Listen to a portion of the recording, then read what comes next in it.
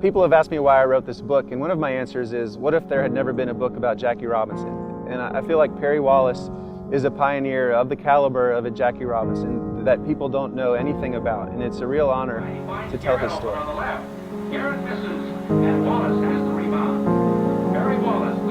So if you look at the cover of the book, it's a picture of a young basketball player with a bit of a sepia tone in the 60s dunking a basketball.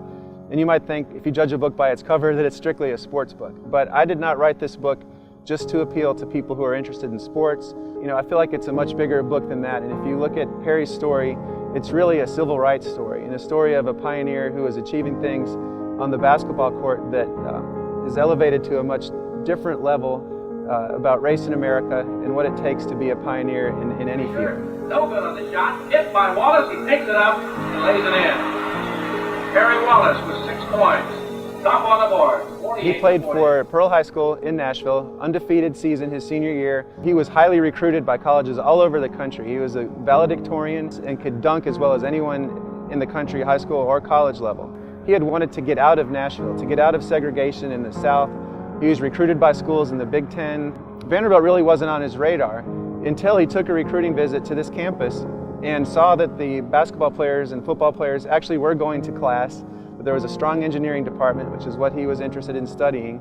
He decided that to take a close look at Vanderbilt because of the academic opportunities available to him as much as anything. Opening this quarter.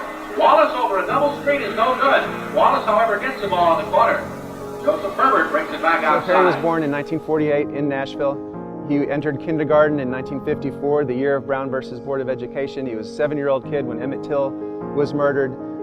He was a 12-year-old kid sneaking downtown to the lunch counters in downtown Nashville to watch the sit-ins.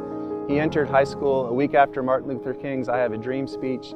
The Civil Rights Act and the Voting Rights Act were passed while he was in high school. At one level, the world is changing. He's recruited to Vanderbilt. He comes to this campus that had only integrated 2 years earlier. But he arrives here, and immediately things are not what he hoped they would be. And Wallace has the rebound. Perry Wallace clearing for Pearl. So Perry Wallace back in the game, outside to Herbert. Off the rim, Wallace rebounds. He is up. He is This is my first book. I've spent 8 years working on it.